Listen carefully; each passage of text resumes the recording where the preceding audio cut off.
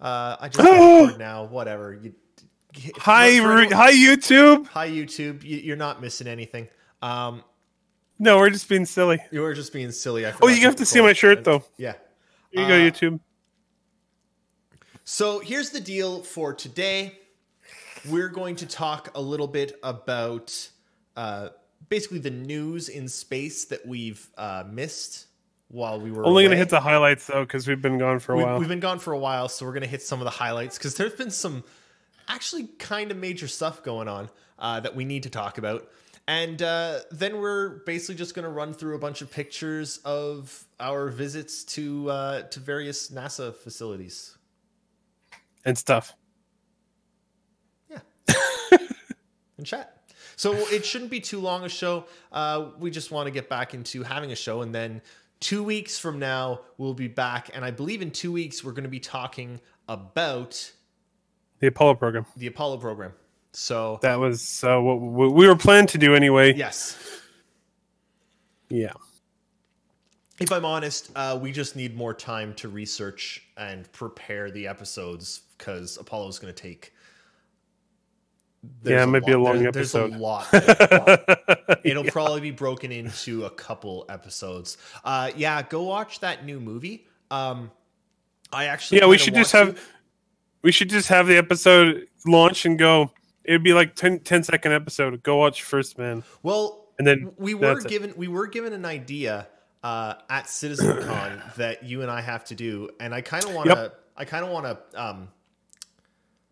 You should talk about it now. I know there's a better word for this, but I want to probe our watchers and see what they think. Prod. Probe is a nice spacey word, right? Let's go with probe.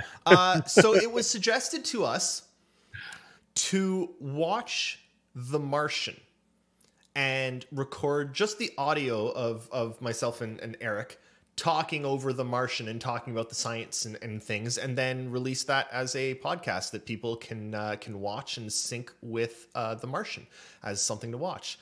That's the idea.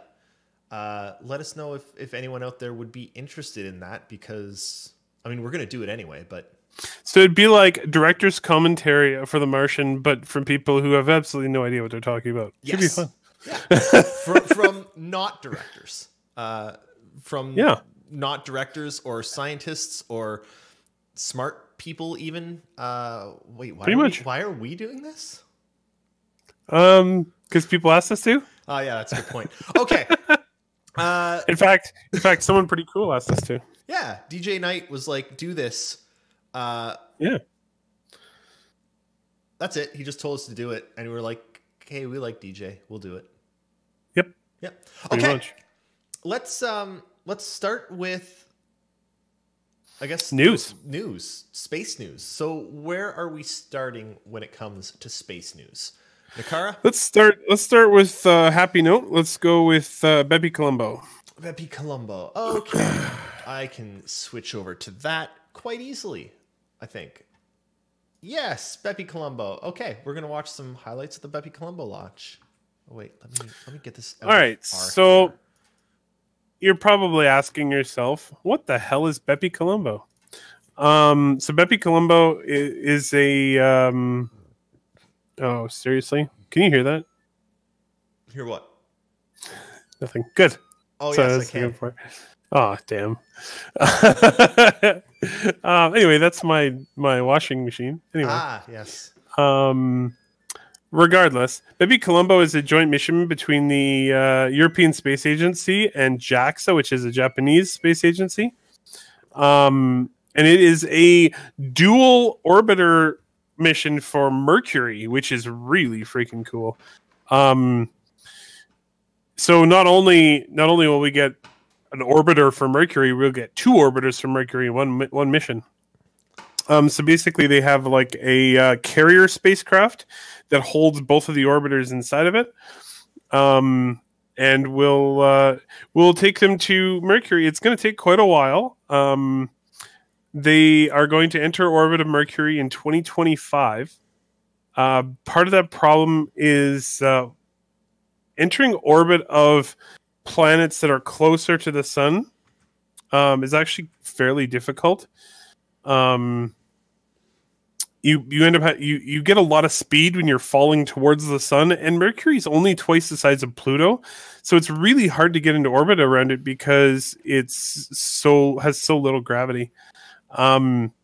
So they have to do a whole bunch of these like fancy maneuvers and slingshots and stuff in order to get their speed right and angle right to actually enter orbit. But basically, they'll have a classic planetary orbiter, which is the one from ESA. It will take tons of high-resolution pictures of the surface of Mercury and create a map of the surface.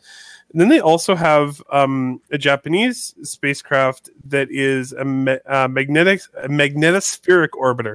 So it's going to map the magnetosphere, or the magnetic field of Mercury, and try and understand what that is currently. So, Bepi Columbo launched successfully aboard the Ariane 5 rocket on October 20th, so it was only a few days ago, at 1:45 a.m. UTC. So it was kind of in the middle of the night in Europe, but I think it actually launched from Kourou, which is in French Guiana, over in South America. So this is going to Mercury. Have we had many other, things orbiting Mercury before, or? To the best of my knowledge, and this may or may not actually be right, to the best of my knowledge, I think this is the first orbiter ever for Mercury. We've had flyby missions in Mercury.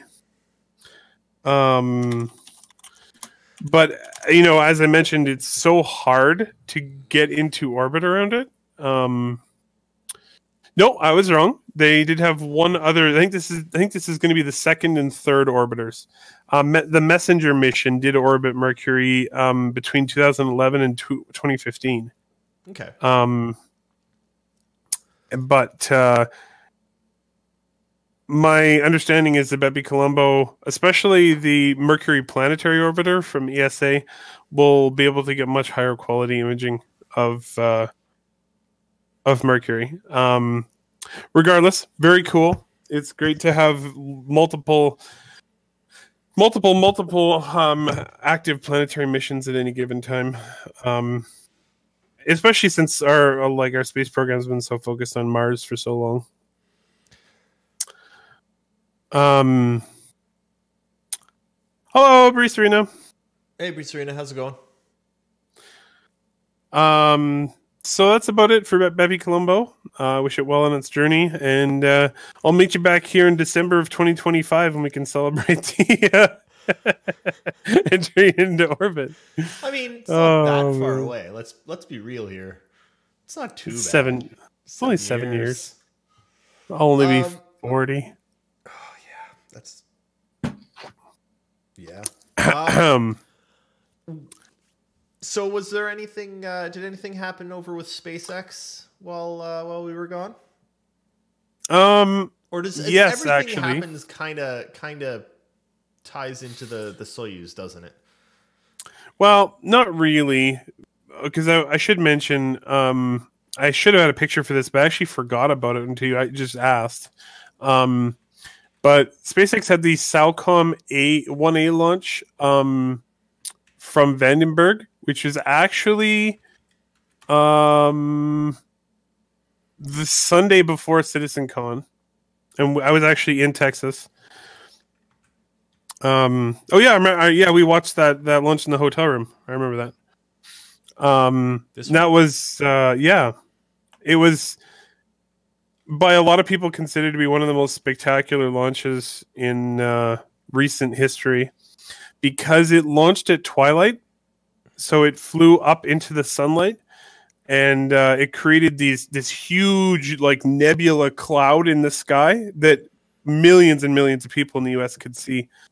That was from the exhaust coming off of the first and second stage, and looked amazing. Also, this is the first time ever that SpaceX landed one of their Falcon 9 boosters back at Vandenberg. So they finally got to use their landing pad there, which is only about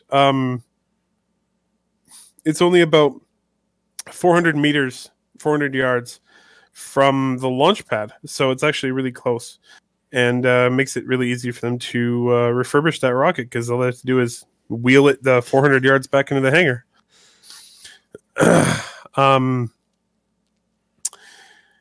But really, the important news while we were gone was, of course, the Soyuz FG failure on the Soyuz MS-10 mission.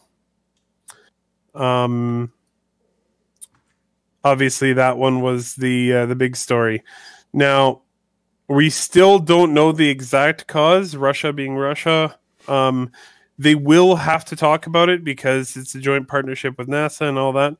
But they're being kind of evasive. The rumor at this point is that one of the 4 solid rocket boosters on Soyuz was installed improperly and failed to separate correctly from the first stage. And so what basically happened, this is a manned mission, right? This is a manned mission sending 2 astronauts, Nick Hague, and why did I close that window? I had the name up. I needed the name up because it is a Russian name. All right, just a moment. Sorry about that. Nick Hague was the flight engineer from NASA, and Alexei Ovchinin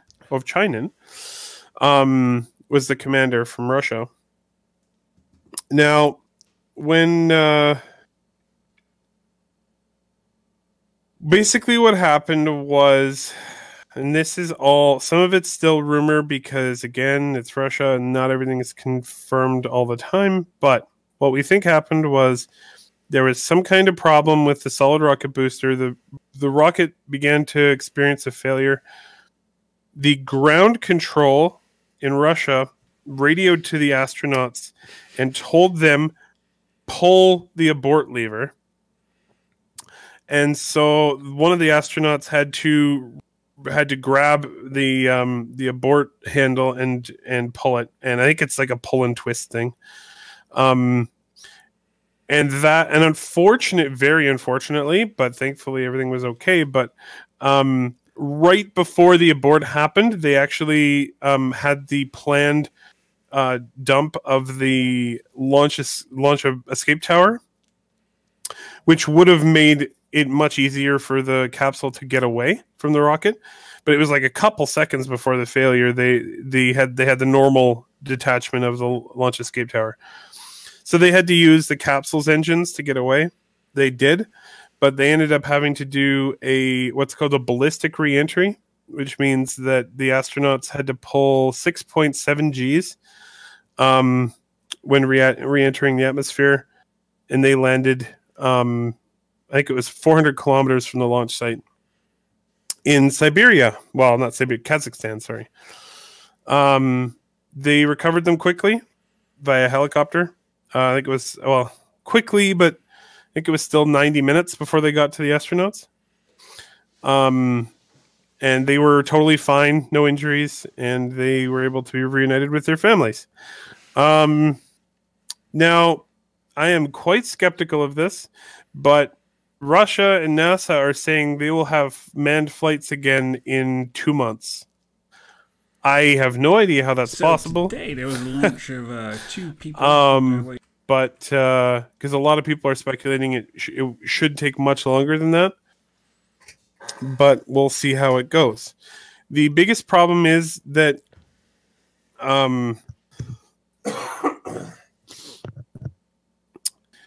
the crew aboard the space station was supposed to come down next month. If they brought the crew home from the space station without replacing them, then the space station is abandoned temporarily. We don't know what would happen exactly, but if we abandon the ISS at this point, there are regular maintenance tasks that need to be done on board, and even on top of that, there's also the possibility of any kind of a failure or even a micrometeorite strike. If there's nobody up there, they can't do anything to save the station. Yeah. So there's a very, very significant reluctance among NASA and, well, especially NASA has been talking about it, that they really, really don't want to abandon the station. So they're going to try to avoid that.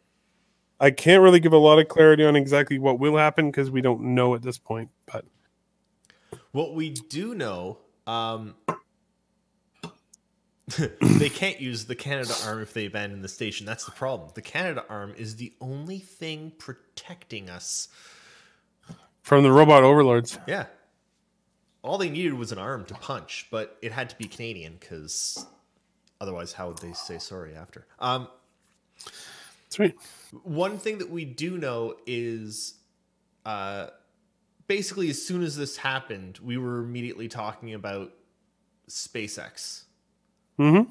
And they have seemingly moved some of SpaceX's manned tests up. Yeah, we don't know at this point. Again, there's a lot of silence and not a lot of talk going on right now.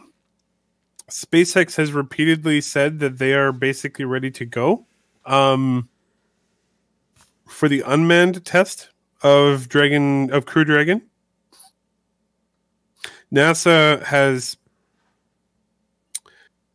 what I've heard is that NASA has basically due to visiting vehicles at the space station and due to paperwork and certifications and all of these lovely paperwork things, they had pushed SpaceX's uncrewed demo flight to January. Right after this accident, one of the representatives from NASA had suggested they might move it up to December. At this point, you have to imagine NASA is going to want SpaceX to get flying as quickly as safely possible, if you know what I mean. They want them to fly as fast as possible, but it has to be done in a safe manner. But I don't think they're going to be the cause of many more delays because the quality problems that they're starting to run into with Russian vehicles is a big issue. It's a problem because 2 astronauts came very close to dying. Yep. And not just because the spaceship itself had issues, but also because of the way Russia does things. They had to radio to the crew from the ground to manually abort. So on the ground, they realized something was wrong. And then someone called up to the crew and said, abort. Now, I think that's just crap, quite frankly. Most other vehicles have auto abort systems, which, in fact, the new vehicles, the commercial crew vehicles, aren't even really piloted. Yeah, they are basically they're pre-programmed, computer controlled, and also have multiple redundancies, and they auto abort when anything is wrong with the vehicle at all. And they can do that a hell of a lot faster than an astronaut pulling a lever. Anyway, they also don't use an escape tower. They actually use the motors on board the Crew Dragon, so it can actually get away a lot quicker. Yeah. Especially once the launch abort tower is gone for Soyuz, or launch escape tower. Sorry. Anyway, with any luck, we'll see SpaceX start doing some crewed launches soon because the Soyuz. Keep in mind, this happened only like a month or so after the drill hole in the Soyuz on the station. Lot of question marks about the quality of the work being done right now in the Russian space program, and NASA has got to be getting pretty. I mean, not publicly because they have to try and keep their ally happy. You don't want to piss them off, but I'm sure there's a lot of meetings going on at NASA right now about, we need to get out of this, basically. We need to find another way. And thankfully they have another way coming, but it needs to happen sooner rather than later. Yep. Currently the crew flight for SpaceX is June. I would like to see it moved up, but only if it's safe. Now, what I would say is what's probably likely to happen is that it won't move up, but it won't move back anymore either.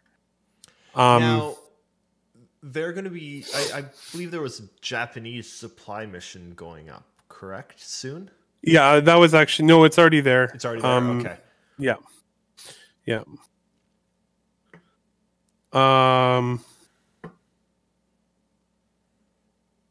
No, Breeze Serena, the drilled hole is what happened. It probably happened during manufacturing. They debunked the theory that the NASA astronaut drilled the hole in it. Russia came out and was like, it couldn't have been us. It was probably a NASA astronaut who did it to try and sabotage us. And well, their argument was that NASA had a sick astronaut they wanted to send home, so instead of just asking, they drilled a hole in Soyuz. Which wouldn't help anyone get home, because now you've got to question that Soyuz capsule's integrity. Hello, Commander Hellfire. Hey, Commander Hellfire.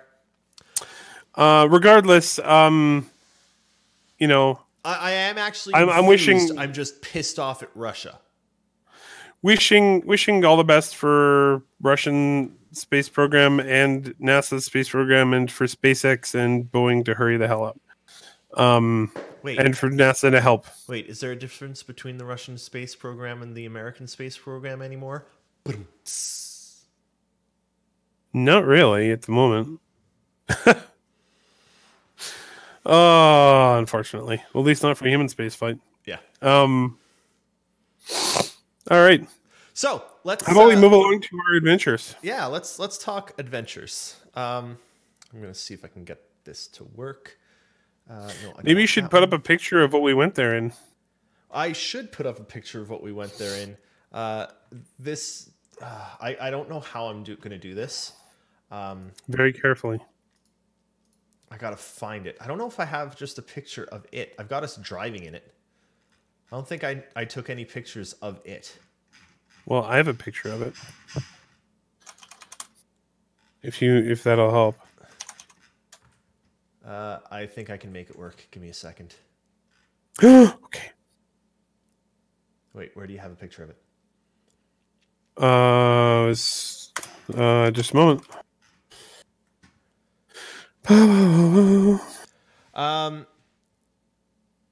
Nehkara, is the X-37B human rated? I don't believe so. It's an unmanned drone only. Yeah, it's also military. It's military, and we don't know what it's for. We know that it's for advanced space tech research by the military.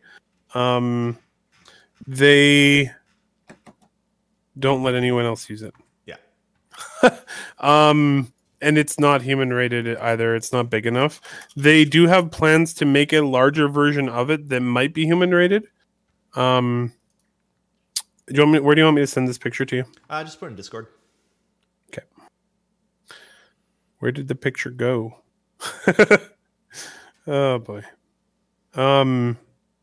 But yeah, the X-37B is kind of an interesting one. No problem, Jade. Really cool spacecraft though. There you go. Got it.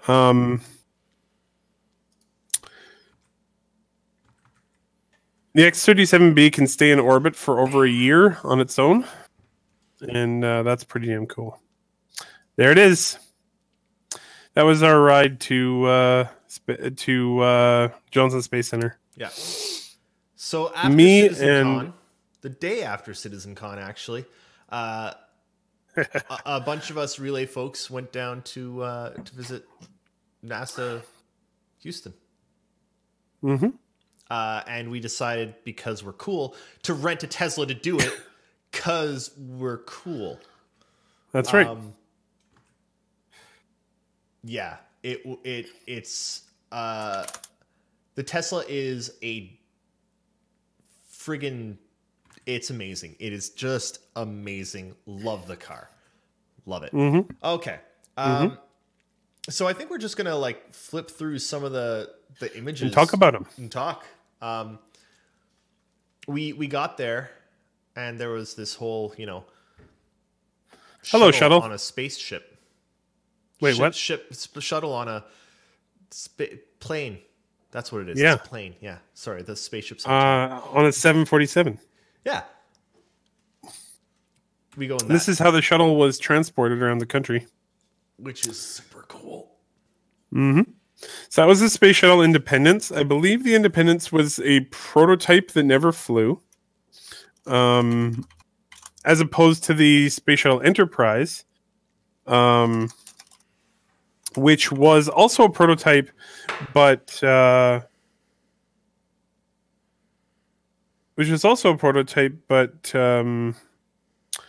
it did flight tests. Like, what am I trying to say here? It was carried up to altitude, and then it was released, and it glided back down and landed. So it was doing those like in altitude or in atmosphere flight tests. But yeah, it's really cool to see Space Shuttle Independence up there. I don't care if it's not a real one. It's not a real one. You can go inside it. You can go inside the 747. You can walk around them. I think it's supremely cool, and I'm really, really pleased that we got a chance to do it. Yeah. So it isn't a real shuttle, but it is a full scale shuttle, and it's so it's the exact same size and dimensions, and the interior is basically the same. Yeah, I think it was really cool. So we got there in our space car, looked at a spaceship, and then we went in, and there was a tour that was basically just about to start. So we went and got in line for the tour. It was a train tour. So you get on this little tram car set of cars, and it took like an hour and a half or 2 hours or something. They drive you all around, but the first thing you see is this giant building and someone's head. Hi. Oh, I think that's my head. It is your head. Because you can see the G from my boring company hat. Yep. The building with a Saturn V on the outside and also on the inside, as you'll see later. Anyway, they drove us around for a bit there. Jade Star Watcher, they do still have the freeze-dried ice cream in the gift shop. Yep. Lots of it, in fact. All sorts of different ones. So basically, they drove us around most of the NASA grounds at the Space Center. This is Johnson Space Center. Yeah, at Johnson Space Center. And they led us into 3 buildings. Mm-hmm. So the first building we went into, which is going to come up on these next few images, it's kind of like it was a training mission command. It's the actual mission control center, but they were doing training in there. They have 2. So there's the actual mission control center, and then there's the identical training mission control center. So this is the training mission control center. It's identical to the mission control center, except it's not controlling the actual ISS. It's a simulation. All those people are training to do the actual job. Yeah, and to train to do the actual job, they have to sit and do the actual job, because that's the only way to train. Yep. It was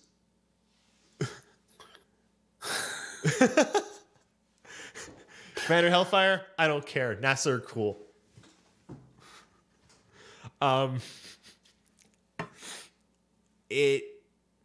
So Wait, can I get this to play?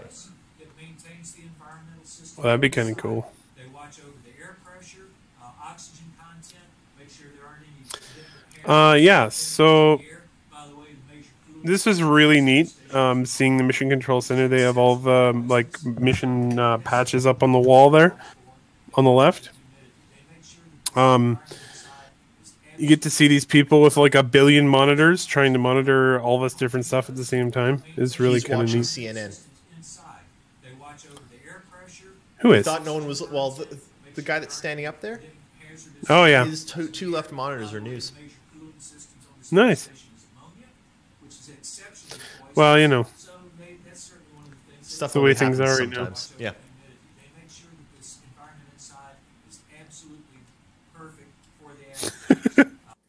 That's funny. Do we have any others of that? Sorry, the pictures That are was sort pretty of cool. all over the place. Are they? They are. Give me 1 second. I'm gonna go find the rest of them. I really like that banner. It's cool. Here it is. Okay. Here's just a couple more from Mission Control.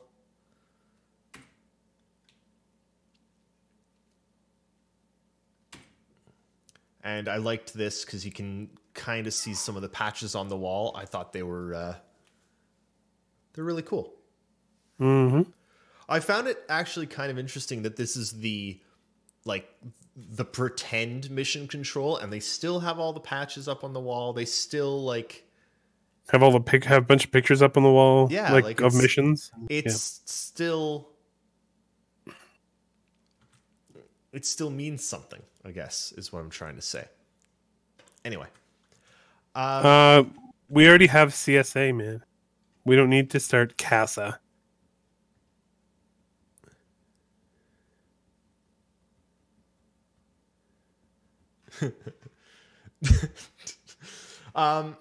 Anyway, the next thing we saw, we were going to the it's the building that housed the commercial crew program, which is really cool. But outside of it, they had this honestly really awesome mural that I just wanted to show people because it's real cool. Yeah, it is really cool.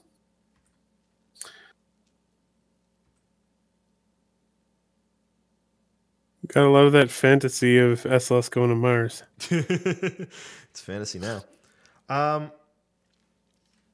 And then inside, so this is the commercial crew program. It's sort of a giant building where they have a whole bunch of sort of modules. It's their astronaut training center. Yeah. It includes all sorts of stuff. It was really cool. The greatest astronaut. Yep. Number one. So I'm just going to start going through these and... Oh, wait, no, this one's a video. Yeah, you can just watch me walk through them. Oh, perfect.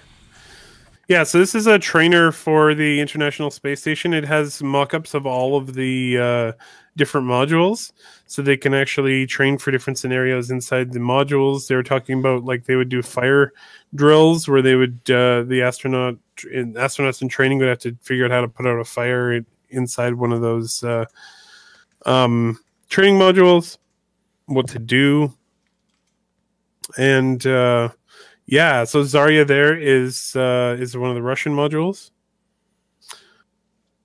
This is a really good idea, Mr. David. That is the Soyuz right there. That little Orby dude.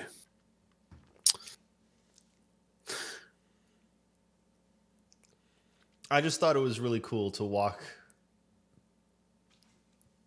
by all of this and just...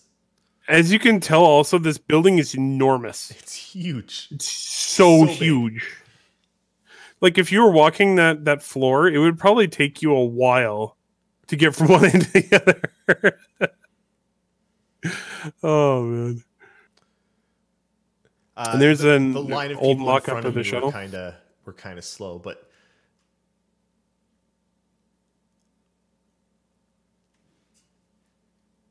okay, so that's the first section of it. So this is called the low fidelity training facility. So they have, reasonable quality mock-ups. They also have a high fidelity training facility where they have like basically actual replicas of the modules on board the space station. That's a pretty cool picture, actually. Give this a second. Here it goes. And it continues. Nice. So there's the Orion in the background. Yeah, there's Orion in the back there. So Orion gets caught up in a lot of the BS with SLS. And the Orion program is also vastly over budget and, extremely late. However, the Orion spacecraft itself is actually quite capable. It's a good spacecraft. Hopefully it actually gets some use, but unfortunately it can currently only fly aboard SLS, which has problems. Which is not going to fly. It'll fly, just not what they. Well, maybe. It'll maybe fly. I think it'll fly. I think it'll fly several times, but it's not going to do. It's not going to fly as much as they. At the end of the day, it's going to cost too much. Now, did you pan down to take a look at the Starliner? I think I tried to. There it is. That's the Boeing Starliner. Boeing Starliner there. Yep. Yep. They obviously have a spot right there. You can see it for Crew Dragon. There isn't one there right now. But you can definitely see where they're setting up an exhibit for it. That might be on Windows 7 machines. Oh yeah. Nobody trusts Windows 10 so yet. Mad Stelic in chat saying that all the mock-ups are 100% recreations with all the electronics that can be fed data from real data in space, so the ground crew actually get to train, which is super cool. So my guess here would be that there's the first Crew Dragon that goes up to the space station and comes back. Will then be doing the in-flight abort test. It may end up going here after, or maybe they have another mock-up they're going to put there, but there's definitely a spot for it there. Here's a better image of the Starliner. I think I stopped doing video at this point.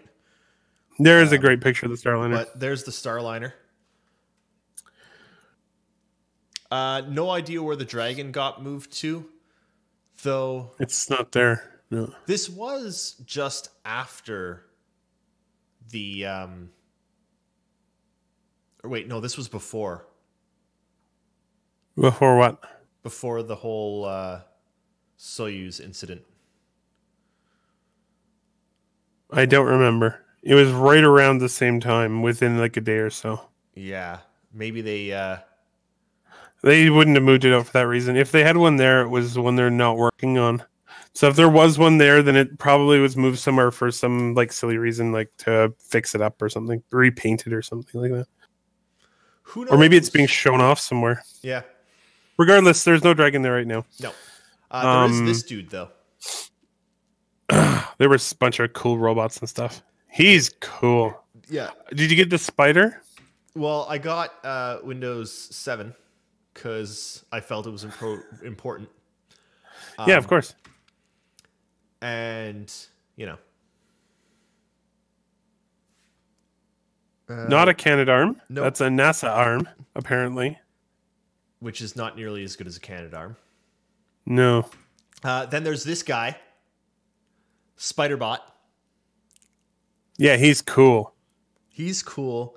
And so is this guy, who you can't really see, and that guy. Yeah, I like him. Yeah, I like him too. And then I like this because at the end there's all their tools and all the helmets for when you go in, and there's just the one pink helmet? No. I mean, the pink helmet's kind of cool, but it's the clone trooper. I just saw that. I thought that was awesome. That's amazing. I had to grab a picture of it. Anyway, this was Building 17, which is the Orion crew building. Yeah, it's the Orion building, and it kind of looks kind of neat. We didn't get to go into it. No, we did not. Um, We tried to jump off the tram and go in, but yeah, no, they wouldn't let us. no. This is cool. Yeah. Go ahead, Eric. Well, I just at every entrance to Johnson Space Center, every road that comes in, they have this hanging over the entrance, and this tells you at any given time which nations have astronauts on the space station. So currently, there's a German astronaut, an American astronaut, and a Russian astronaut. I just thought that was a really cool says thing. The expedition number, does it not? Expedition 57? Yes, 57, yeah. I thought that was super cool. I also thought this was kind of cool. They have just wildlife roaming the grounds. They've got like flocks of deer and an alligator. Flocks of deer. Flocks of deer. All right. Apparently they fly now. They don't fly, but they flock. Okay. They have flocks of deer. They apparently also have some longhorn cattle. One of which is worth $500,000. Yeah, that was interesting. For one longhorned bull. Is that a bull? Yeah, it was a bull. I thought that was cool. So they also have a gator. What was the gator's name? I don't remember. We didn't get to see him. Then we started to get back to these are two rockets that are outside the Saturn V building that we saw earlier. And then we went inside. We sure did. So the next many images are just going to be of the Saturn V. I cannot express to you. There's no way to tell you how big that freaking rocket is. Like, you just... I knew how big it was. I walked inside and immediately went, holy shit. It is. It is me. It is literally mind-boggling. That's the second stage there? Yeah. With all those engines. I tried to get some detail on the engines just because... They're really cool. But how many... Like, look at all the stuff. I know. They're ridiculous. There's some loser. Rocket engines are insane. Yeah, who's that guy? So this is an actual real Saturn V. It's not a replica. There were 3 Saturn Vs that never flew, and they have them at various facilities. This one is actually being loaned to Johnson Space Center from the Smithsonian, but it was really incredible. Really incredible part. Like, it was my favorite thing, and it was just it was uncomfortable how large it was. It's one way to put it anyway. Keep in mind, BFR will be a little bit larger than that. I thought that the painting, like, wait, we've gone past it. Do I have any more of the Saturn?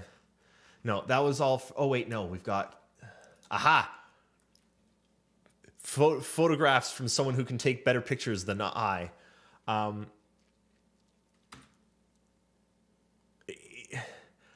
I literally couldn't understand how big this thing is. And that's actually a pretty good shot. Yeah. But trying to imagine being strapped to this thing, just like, wait, there's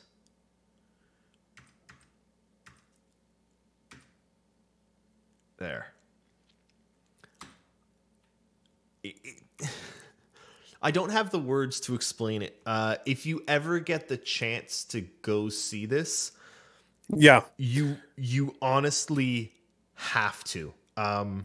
Basically, everyone who went said if we saw nothing else the entire time, it was worth it to just see that. Yeah. It was. So I know that most people watching us are probably Star Citizen fans, and I actually don't have an issue with saying that I was well more impressed and astonished and just floored by the Saturn than I was by CitizenCon. I enjoyed walking around the Saturn V for all of the 10 minutes that we got more than CitizenCon. That's fair, because Saturn V was just, well, I'll put it this way. And I do love this photo of it. It's still the largest rocket ever built, or ever launched successfully. And one might have been bigger, but it failed repeatedly. And it's the rocket that took people to the moon. It's a rocket that was designed and built in like 8 years, or designed, built, launched, and reached the moon in 8 years, or something like that. 8 or 9 years, and it's just mind blowing. I actually really like you can actually see the RCS thrusters there. I thought that was really cool. Yeah. It's all really cool, and it's really old, and it just try and make a trip there, honestly. Yeah. For this. Nothing else. Just try and make a trip there for this, because it is there's apparently also it is humbling in the extreme. If you can get to Kennedy, that's another good option. They also have a Soyuz. Get to one of the space centers. They're amazing. They really are. Yeah. That was a really cool experience. Yeah. The second half of the Saturn photos were all done by Bryce Serena, who takes much better photos than I do. Mine were just first in the chronological order because I uploaded them to this album first. Yeah. Thank you, Bry, for actually doing some justice to the photos, because I sure couldn't. It's hard. It's hard to capture the Soyuz. It's just so big. The and you can't. Oh, sorry, the Saturn. My bad. It's all good. It's so big. You almost can't get far enough from it to take a good picture. It's ridiculous. Yep. So there was some other stuff at the NASA Center. Let's see. I'm just gonna run through a couple things, because the Soyuz honestly was the big one. There's the USS Enterprise in their cafeteria, the Enterprise shuttle, which I kind of liked. That's awesome. I thought that was fun, funny, whatever. All those things. Do you have any pictures of? There's a Sunjammer and Skylab? also giant liquid nitrogen tanks. I don't know why I took a picture of that. I like it. Spacesuit. That is a spacesuit. Cute onesie. Oh, It's a cute onesie. It's a cute. I love it. Another suit. Two nerds. That's awesome. I don't know why. Okay. And then we can get back to. Do I have some from the shuttle? Actually, no. These are some more of Bryce Serena's from inside the museum, which are awesome because. Yeah, sorry guys, I'm still recovering, and David's still, David trying to get over. What? Yeah, well, yeah. This is really cool. Apollo. This is an actual capsule that flew, and that's just awesome. And that's kind of creepy. They had some like pretty cool diorama stuff. Yep.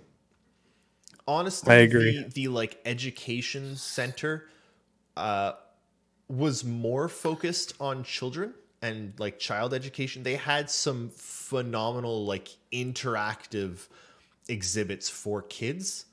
Oh yeah. There was a lot less for space nerds, but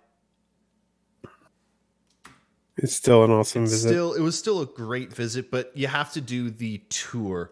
The tram tour. The Yep. tram also, tour. keep in mind, the tram tour is included in the cost of your entry. It's not an additional cost. So if you're there, do it. Yep. And do go there because it's really cool. Mm-hmm. That's a mock-up of the ISS that sort of sits above. That's so cool. See those Canadian flags there? Yeah.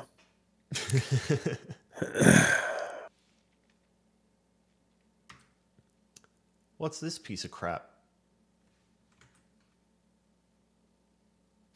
That is SLS. Boo. Best engine possible. Well, it is actually it's probably the best engine ever built. The problem is that they're throwing it away. The RS-25 engines for the shuttle are incredible engines. They have an ridiculously high specific impulse, which is efficiency. But the shuttle brought them back. That was smart. Exactly. Why? Now we have an expendable rocket that's going to be flying these beautiful reusable engines. Why? The other problem with the RS-25s is they are, unsurprisingly for NASA, incredibly expensive. Yeah, Jade, that is accurate. Senate launch system. God, piece of poop. Yep. I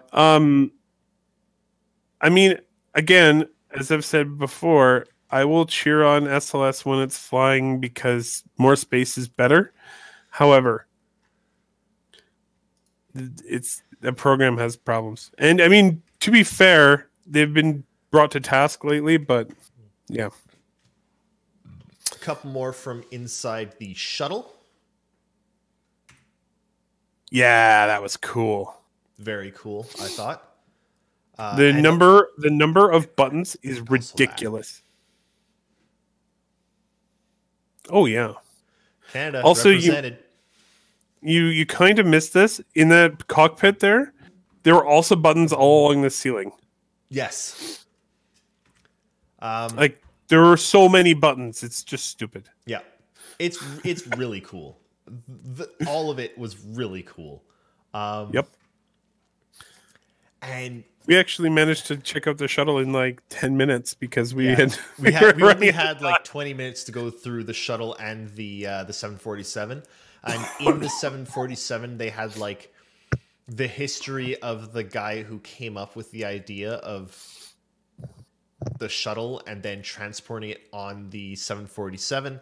And they had like little mock-ups. Like this was a little tiny plaything for kids that you had to line up the aircraft, and then you had to do like spin some things to line up the shuttle, and then you'd land the shuttle on the plane. Like it was, there's a lot of interactivity. I was really impressed with that, and I really appreciated the amount of interactivity that they have at the Johnson Space Center. Yeah.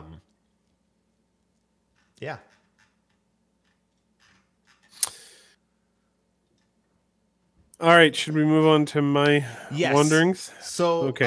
After all this, the Space Center and stuff, we went back to Austin, and some of us, went home. But Nehkara and Dismarius, because they're insane, carried on. So, Nehkara, over to you. So we decided to drive basically throughout all of Texas. Well, maybe not quite, but you know what I mean. From Austin, after we dropped these guys off the airport, me and Des Marius, we drove north to this place here, McGregor. We didn't get we didn't really get many great pictures because we stopped there, got out, and started taking pictures, and about 3 minutes later, security came pulling up and went, "You can't take pictures here." Were there any signs saying you can't take pictures? No. Well, then you should have told them that they have to fix their sign game. They had guns. It's Texas. Everyone has guns. I didn't have guns, so I left. Why? Dismarcus.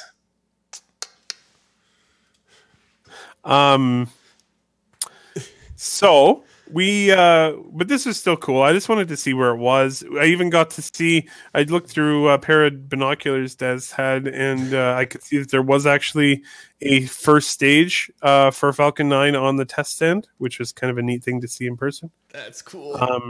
Didn't get to see it firing, but it was there. So we decided after that to just take off south towards our next destination, which we went to the following morning.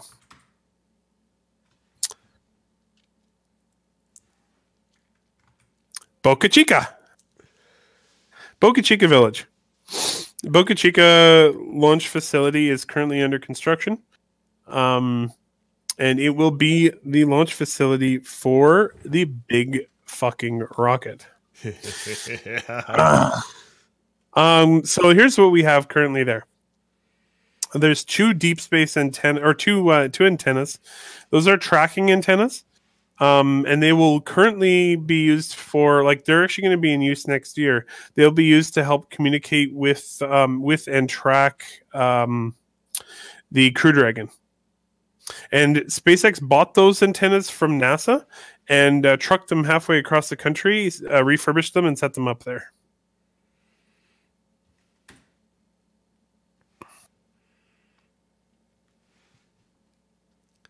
This facility is called Stargate.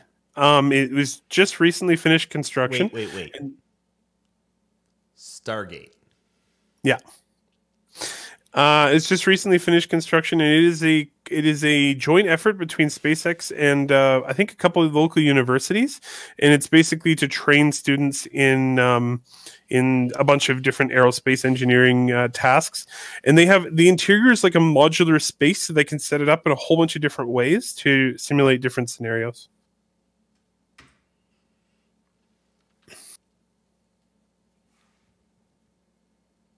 Now, I could have showed you a whole bunch of pictures of a dirt pile, but I decided to narrow it down to one. This is where the hangar is going to go for SpaceX. You can see the SpaceX sign right there. You can see all the machines there. They basically had to. This whole area is like a giant swamp. There's a tornado here, or a hurricane in Boca Chica years ago, and basically flooded the whole area.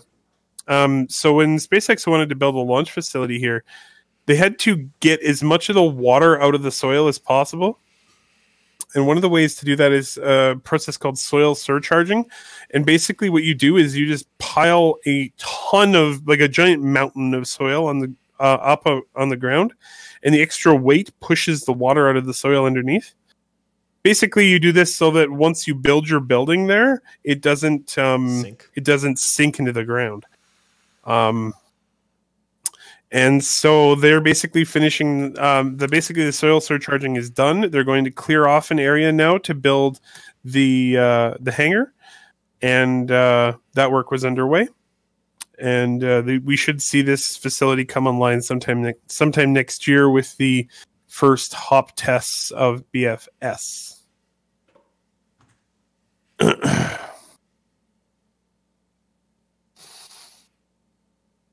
And I think that's all we have for pictures.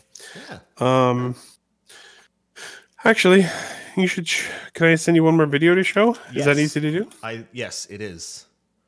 Just give me a second So, to get it set up. um, Throw me the video. yeah, we'll do. If I can find it.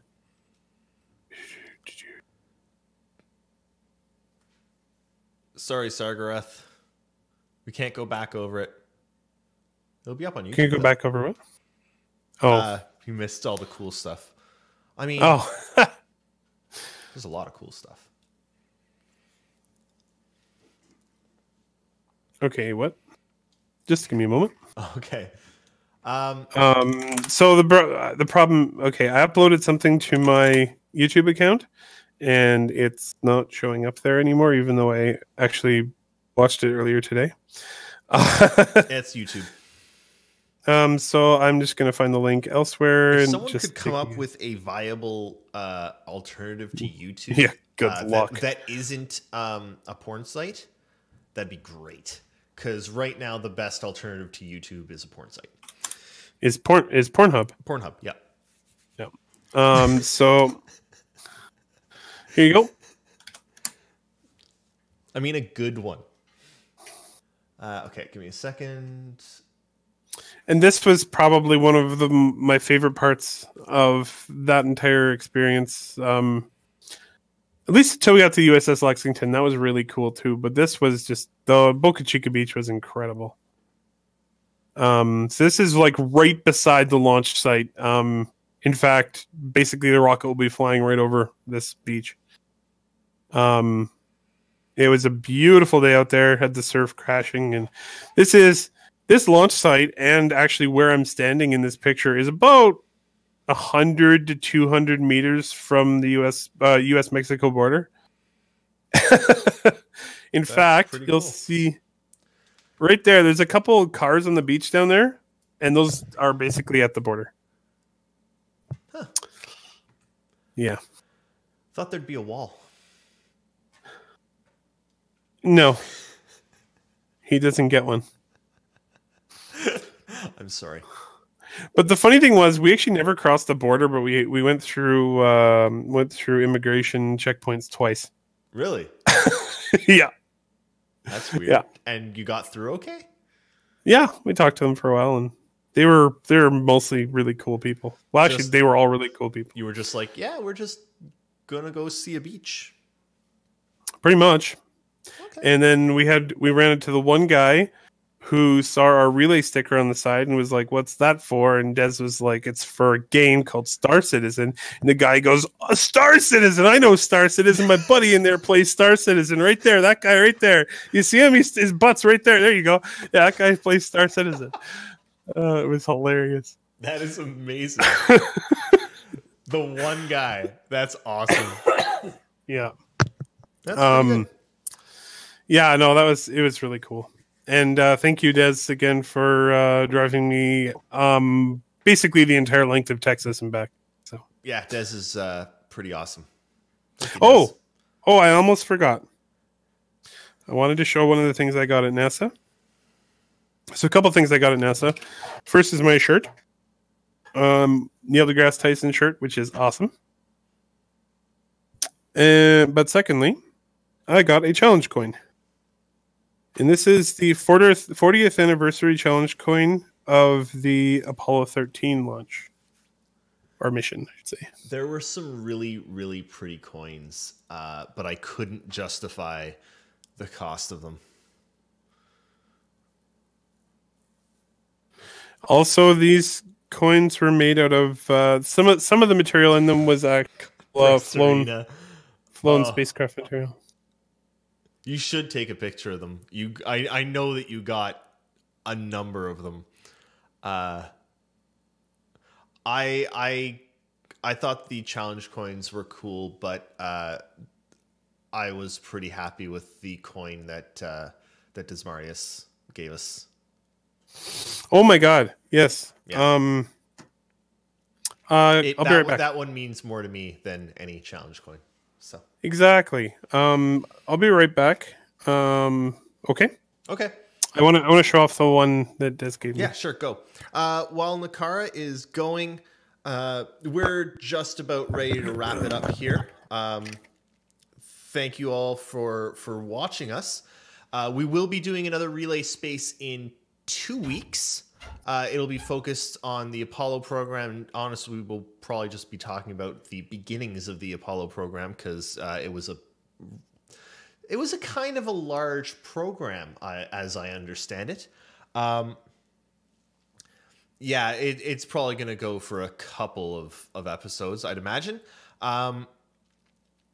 If you are more interested in Star Citizen, keep an eye out. I believe we're going to be doing more panels. I think the current plan is to do Tony Z's panel tomorrow, and then the art of Hurston on Thursday. Probably starting around the same time as this started. But it's going to be a watch Twitch / Twitter / the Discord, because we're probably just going to.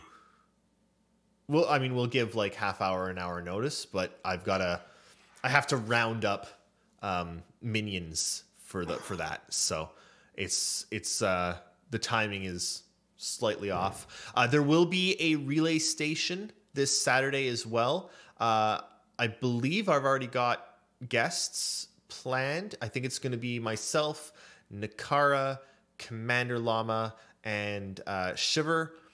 And this is going to be the first relay station that we've had since CitizenCon. There's been not too much Star Citizen news, so we're mostly going to be talking CitizenCon. We're going to just round up our impressions and thoughts and talk a lot. So that should be pretty damn fun. So join us for that Saturday, 2:30 to 4. And then starting, I think, Monday the next week. I don't have the next week planned out too far yet, but next week we'll be continuing probably with two or three panels. I know Sargareth, he's not back yet, and I'm like, well, that's all I was gonna say. What do I talk about now? I'm not entirely sure. Also, once 3.3 launches, launches to live, I am planning on doing a couple streams of playing 3.3 live because I feel like it. Man, Nauman, I would love to interview Elon Musk for this show, but I also don't think I'd be able to come up with a single thing to ask him.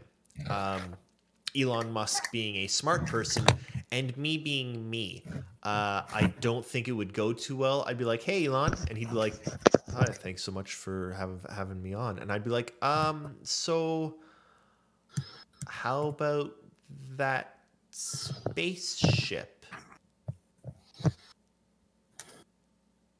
Hi. I was just rambling because it took a while. Jade. Yeah, sorry about that. No worries. Jade, we haven't actually done anything on the CSA or their contributions to space science yet.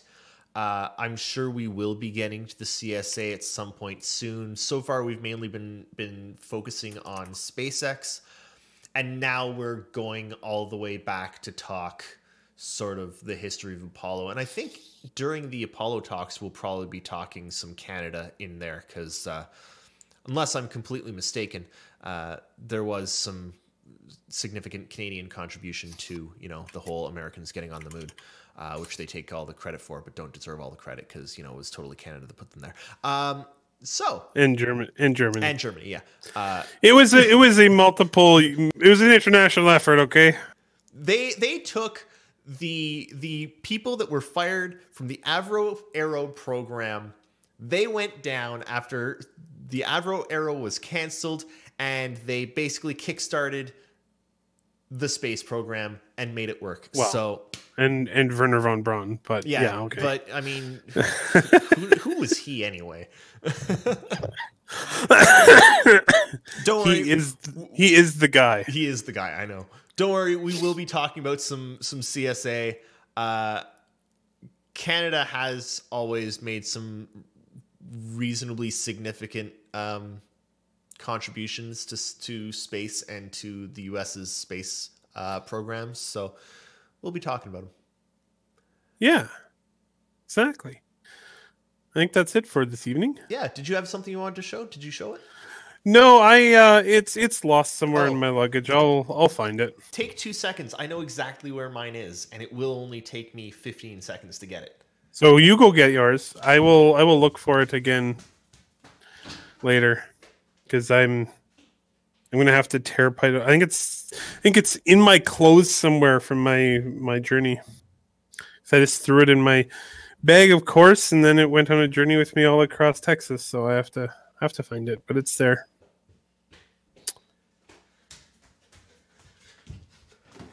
Okay, I was wrong. 10 seconds to get it, 10 seconds to get back. Desmarius thinks I bought poutine with the challenge coin. So on the one side, I don't know how I can make it so that this is visible, but on the one side, I don't know, something about liberty or something. Who cares? Kind of lame, really, when you think about it. Is that how that is? I don't know. But on the other side, the important part. It is, God, I can't figure it. There's good light. It is the Eagle landing on the moon. So cool. Yeah. I think it's pretty fantastic, and it's my favorite damn thing I got while I was down there. So, thank you very much to Desmarius. Thank you very much to all of you for watching this sort of a little lighter Relay Space episode. You all heard all about what's coming next and when to tune in for the next stuff. So, I guess we'll see you.